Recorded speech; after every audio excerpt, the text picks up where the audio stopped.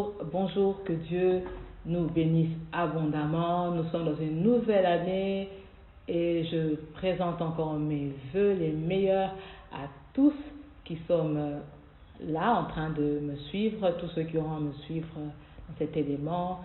Bonne année 2021, que Dieu soit avec nous, que Dieu illumine cette année, que la faveur de Dieu se manifeste comme jamais dans nos vies pour cette année nouvelle.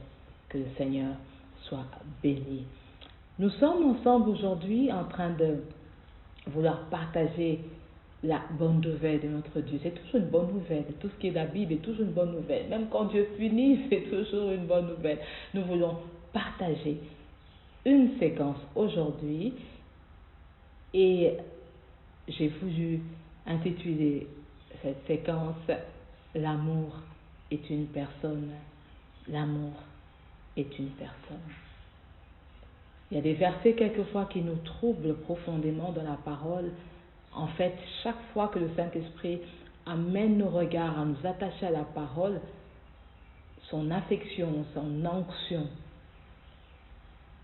son amour, déjà lui-même pour la parole, communique en nous quelque chose, un feu qui brûle, et nous devenons assez troublés lorsque nous devons évoquer la pensée du Seigneur, comme en ces instants où nous allons donc parler de l'amour qui est une personne.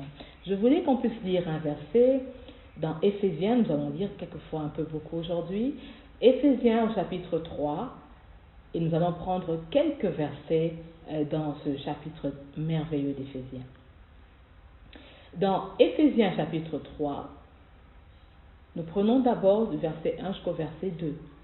À cause de cela, moi, Paul, le prisonnier de Christ pour vous païens, si du moins vous avez appris quelle est la dispensation de la grâce de Dieu qui m'a été donnée pour vous, c'est par révélation que j'ai eu connaissance du ministère sur lequel je viens d'écrire en peu de mots. 1 jusqu'à 3.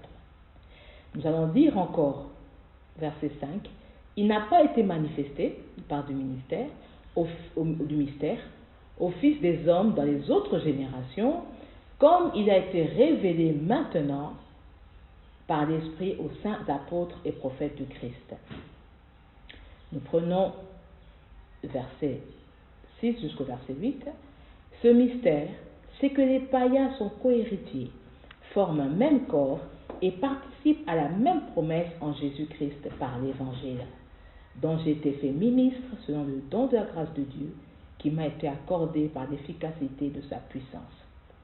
À moi qui suis le moindre de tous les saints, cette grâce a été accordée d'annoncer aux païens les richesses incompréhensibles de Christ.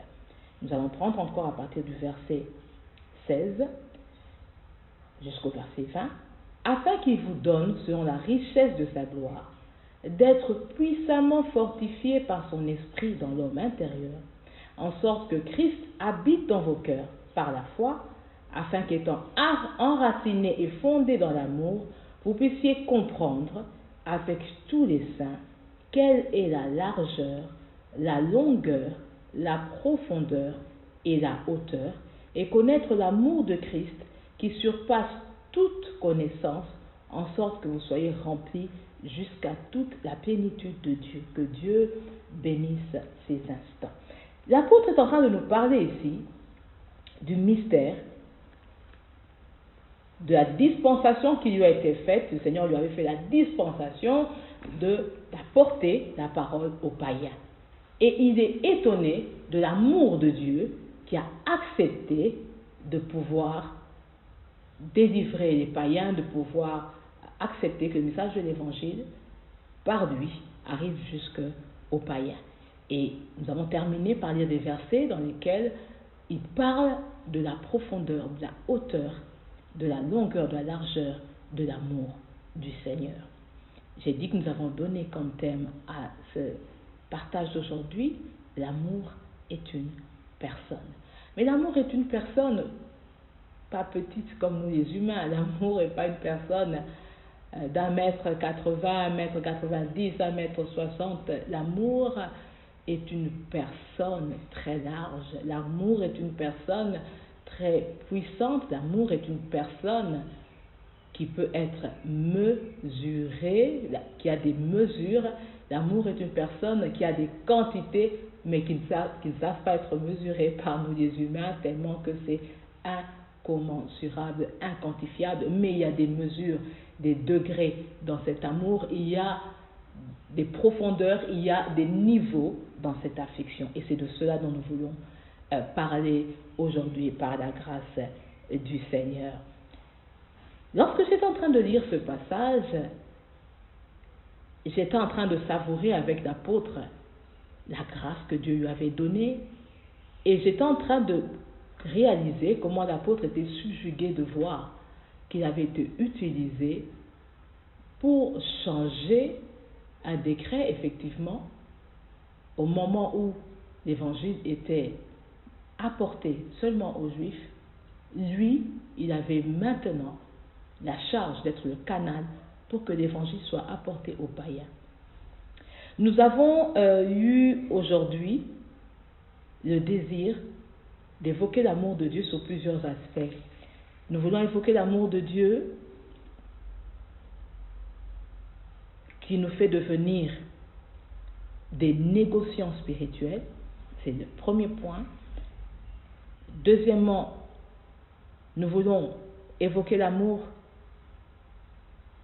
qui nous fait aimer Dieu plus que nous-mêmes. Troisièmement, nous voulons évoquer l'amour qui permet à Dieu de s'attacher à l'homme. Et quatrièmement, nous voulons évoquer l'amour qui nous fait disparaître complètement en Dieu. Lorsque nous avons choisi ce passage que nous avons lu avec vous, ça semble être tellement normal. Oui, Paul a été choisi pour parler aux païens. Mais vous savez, Paul n'avait pas vécu avec Jésus. Paul n'a pas eu à marcher avec Jésus. Il y a eu des disciples qui avaient marché avec Jésus. Il y a eu des disciples qui ont été directement poursuivis et persécutés lorsque le Seigneur Jésus est mort sur la croix, parce qu'ils avaient été reconnus comme étant ceux qui ont marché avec le Seigneur. Et ici, le Seigneur a choisi Paul pour apporter l'évangile aux païens. Et il dit quelle dispensation merveilleuse, parce que aujourd'hui, si toi mon frère, si moi, nous sommes en Christ, cela est en grande partie à cause du ministère de cet homme qui a été choisi parmi les premiers précurseurs afin que l'évangile ne soit plus seulement aux Juifs, mais par d'autres personnes. Christ est mort sur la croix, mais Christ avait besoin de personnes qui pouvaient étendre la dispensation de la croix parce qu'il voulait que l'humanité soit sauvée. Et nous voyons ici comment Paul devient un négociant spirituel. Cet homme qui accepte, romain qu'il était, docteur de la loi qu'il était, persécuteur des Juifs qu'il était, qui accepte de souffrir désormais pour l'Évangile, qui accepte de suivre celui qui avait été qualifié comme étant traître pour Rome, celui qui avait été qualifié comme étant menace pour Rome, celui qui avait été qualifié comme la personne à ne pas suivre, la personne qui avait mis la royauté de Rome en danger. Mais cet homme accepte de porter le fardeau d'apporter l'évangile aux païens. Et il le fait. Il devient la transition et la personne par laquelle l'évangile désormais est apporté aux païens. L'amour de Dieu pour un homme peut faire en sorte que la personne devienne un négociant spirituel. Vous savez, lorsque Dieu établit des personnes dans des familles, dans des nations, dans des églises, tout poste hiérarchique, spirituellement, physique, quand le Seigneur établit, la personne, si elle est connectée suffisamment avec Dieu pour ouvrir les yeux par rapport à son poste, par rapport à la qualité spirituelle qu'elle occupe, là où elle est placée, cette personne peut saisir les capacités qui lui sont données de négocier avec Dieu. J'étais en train de comprendre, lorsque je lisais ce verset, lorsque l'apôtre dit « J'ai livré au diable », et les gens ont dit « Mais comment est-ce que… » Souvent on dit « Mais comment est-ce que quelqu'un qui connaît Dieu peut dire qu'il livre quelqu'un d'autre au diable ?» Mais moi j'aimerais dire aujourd'hui, livrer au diable, ce n'est pas prendre la personne et l'emmener devant le diable. Livrer le diable, c'est aussi ne plus accepter de couvrir la personne.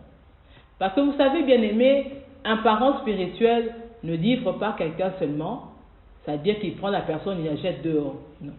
Livrer la personne, c'est lorsque tu sais que tu as la capacité, par la position que Dieu t'a donnée, dans la famille, dans la nation, dans l'église ou ailleurs, tu sais que tu as la capacité de négocier spirituellement pour la personne, tu sais comment tu faisais les négoces avec le Seigneur pour le troupeau, pour des personnes en qui tu vas charge, et une de ces personnes se démarque et tu dis, je ne veux plus couvrir cette personne. À partir du moment où tu te détournes de la personne, où tu enlèves tes aides sur la personne, elle est déjà livrée.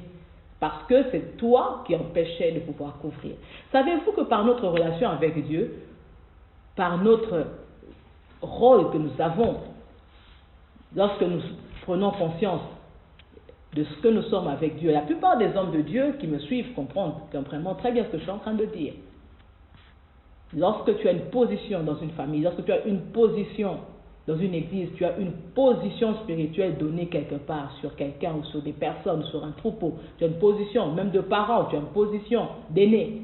Lorsque tu décides d'enlever ta couverture spirituelle sur quelqu'un, il est automatiquement livré. Tu n'as même pas besoin de pouvoir le livrer. Et Paul s'était rendu compte qu'il avait été utilisé comme couverture spirituelle pour tous ces païens-là, afin qu'ils viennent au Seigneur Jésus. Il était un négociant spirituel pour les païens. De la même manière, bien-aimé, ton amour pour Dieu, l'amour de Dieu pour toi également, peut faire de toi un négociant spirituel. Mais maintenant, quand on est un négociant spirituel, il faut savoir comment négocier. Et il faut savoir quand est-ce qu'on doit couvrir, quand est-ce qu'on doit découvrir. Parce que on n'est pas négociant pour cacher des mercenaires qui tuent le troupeau. On est négociant pour protéger le troupeau. Et même si certaines personnes qui font partie du troupeau devaient être sur notre charge, mais on remarque qu'elles sont trop nocives pour le troupeau, le négociant doit être en mesure de peser les priorités, de peser le danger pour savoir, en conformité avec Dieu, quand est-ce qu'il doit continuer de couvrir et quand est-ce que quelquefois il doit ôter la couverture spirituelle sur certains membres du troupeau afin de préserver le plus grand nombre possible. Et nous voulons voir également une deuxième partie, comment est-ce qu'on doit aimer Dieu plus que soi-même. Dans Matthieu 22, du verset 37 jusqu'au 39, la Bible dit ceci. « Tu aimeras le Seigneur ton Dieu de tout ton cœur, de toute ton âme et de toute ta pensée. C'est le premier et le plus grand commandement, et voici le second qui lui est semblable. Tu aimeras ton prochain comme toi-même. » Bien-aimé dans le Seigneur, j'aimerais poser ici la question sincèrement à quelqu'un. Est-ce que toi-même, tu penses que tu es capable de t'aimer de toute ton âme, de toute ta pensée, de tout ton cœur? Peut-être que ça existe. Mais si le Seigneur nous demande de l'aimer de tout notre cœur, notre âme, notre pensée, c'est-à-dire quasiment, il n'y a plus de place pour toi-même. C'est-à-dire, il n'y a plus de place. Toutes les affections par rapport à toi-même, toutes les affections par rapport à ce qui t'est cher viennent après l'affection que tu as pour Dieu. Parce que Dieu ne dit pas ne t'aime plus et aime-moi seulement, non. Mais il dit, tu dois l'aimer de tout ton cœur, de toute ton âme, de toute ta pensée. Donc, aimer Dieu à ce niveau signifie avoir une affection pour Dieu qui sacrifie tes besoins, qui sacrifie ce qui t'est cher, parce que tout ce qui t'est cher, tu es prêt à le sacrifier pour l'affection que tu as pour Dieu. Vous savez, bien-aimés, quelquefois, au niveau du jugement d'affection que nous avons pour Dieu, ça devient souvent beaucoup de réalité, parce que quelquefois on dit, mais moi j'aime Dieu, je suis en train de prier à tout moment, moi j'aime. Non, je parle de sacrifier les affections, être prêt à sacrifier ce qui est cher. Lorsque Dieu a demandé Isaac à Abraham, ce n'était pas, il ne demandait pas de l'argent, il demandait le fils unique qu'il avait eu avec Sarah. Il demandait le fils qu'il avait eu avec Sarah. Il ne demandait pas le fils qui était né à côté, il demandait le fils qu'il avait eu avec Sarah. Le fils attendu depuis longtemps. Et cette histoire n'est pas imagée. Aujourd'hui, c'est tellement fort qu'il y a des personnes qui disent ce sont des histoires imagées. Comment est-ce que Dieu peut demander de tuer? Il demandait de tuer. Il n'a pas tué après, mais le Seigneur lui demandait de tuer. Donc, toutes nos affections, le Seigneur, en fait, quand il dit d'aimer de tout ton cœur, de toute ton âme, de tout ton esprit, c'est-à-dire qu'il exige dans l'affection de l'homme, il arrive en gourmandise pour vouloir prendre plus que ce que l'homme lui donne, pour emmener l'homme jusqu'à ne plus rien avoir qui ne peut pas céder à Dieu. Donner un fils, c'est plus que donner sa vie.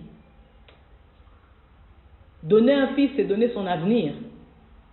Donner un fils, c'est donner l'essence même de sa vie. Et en plus, il est un fils unique. C'est donner sa joie, c'est donner sa paix, c'est donner toutes ces choses-là. Donc, bien aimés dans le Seigneur, nous avons besoin de comprendre que l'amour de Dieu pour l'homme n'est pas un amour qui fait qu'il donne tout, qu'il n'attend rien. C'est un amour qui fait parce que c'est tellement intense. On nous a dit la longueur, la largeur.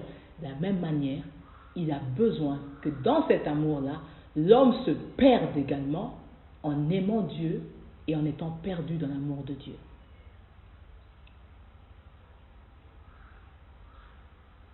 Quand nous sommes en train de faire même des choses par amour pour Dieu, nous ne pouvons pas aimer des choses, aimer le service de l'Église, aimer la parole ou faire des choses à un niveau où nous commençons à utiliser des ingrédients qui ne plaisent pas à Dieu, utiliser la déloyauté, utiliser la corruption pour pouvoir faire ces services qui sont de Dieu. Tout ce que nous avons comme affection, que nous voulons manifester à Dieu, doit être soumis à la parole, doit être soumis à la personne de Dieu, sinon elle nous dénature complètement de ce qu'est Dieu. Cette émission se fera en 2 parties et nous nous retrouverons par la grâce de Dieu pour continuer de parler des autres éléments que nous avons ainsi édictés par rapport à l'amour de Dieu. Je voudrais prier avec quelqu'un. Quelqu'un qui est déjà entré dans l'amour de Dieu, mais qui n'a pas encore complètement été submergé par l'amour de Dieu. L'amour est comme un grand océan. L'amour est comme un grand océan. On nous dit, il y a une hauteur, il y a une longueur, donc tu peux être arrivé peut-être à 10 cm dans l'amour de Dieu. Tu peux être arrivé peut-être à 1 mètre. Tu peux être arrivé peut-être à 10 mètres. Parce que l'amour est là, disponible, mais ça dépend de la manière dont toi, tu t'approches de l'affection de Dieu. J'aimerais dire à quelqu'un aujourd'hui, bien-aimé dans le Seigneur, Dieu nous attend dans son amour. Dieu nous attend dans son affection. Soyons comme Paul. Prenons conscience des négociants spirituels que nous sommes. Prenons conscience et faisons attention aux négociations que nous sommes en train de faire. Si nous faisons attention aux négociations, ça va nous aider à pouvoir porter les choix qu'il faut, à pouvoir peser de la manière qu'il faut pour sauver les familles, sauver les nations, sauver nos églises, sauver tous les troupeaux dont nous avons la charge. Seigneur, je prie pour quelqu'un aujourd'hui qui connaît la dimension d'amour de Dieu dans laquelle il s'est approché, dans laquelle il est entré. Je prie que quelqu'un se noie davantage aujourd'hui. Je prie que quelqu'un se noie davantage aujourd'hui. Je prie que quelqu'un aujourd'hui ouvre les yeux et voit qu'il est un négociant spirituel. Je prie que ta faveur touche quelqu'un aujourd'hui, que ton esprit inonde d'amour quelqu'un aujourd'hui, que quelqu'un soit entraîné de force encore aujourd'hui, entraîné encore un peu plus dans l'amour de Dieu, afin qu'il puisse t'aimer plus que lui-même. J'aimerais terminer par cela. Si tu dois aimer ton prochain comme toi-même, mais Dieu attend que tu l'aimes plus que toi-même. Fais ce pari et Dieu ne t'abandonnera pas. Nous voyons pour la deuxième partie de cette émission. Que Dieu vous bénisse abondamment. Merci beaucoup.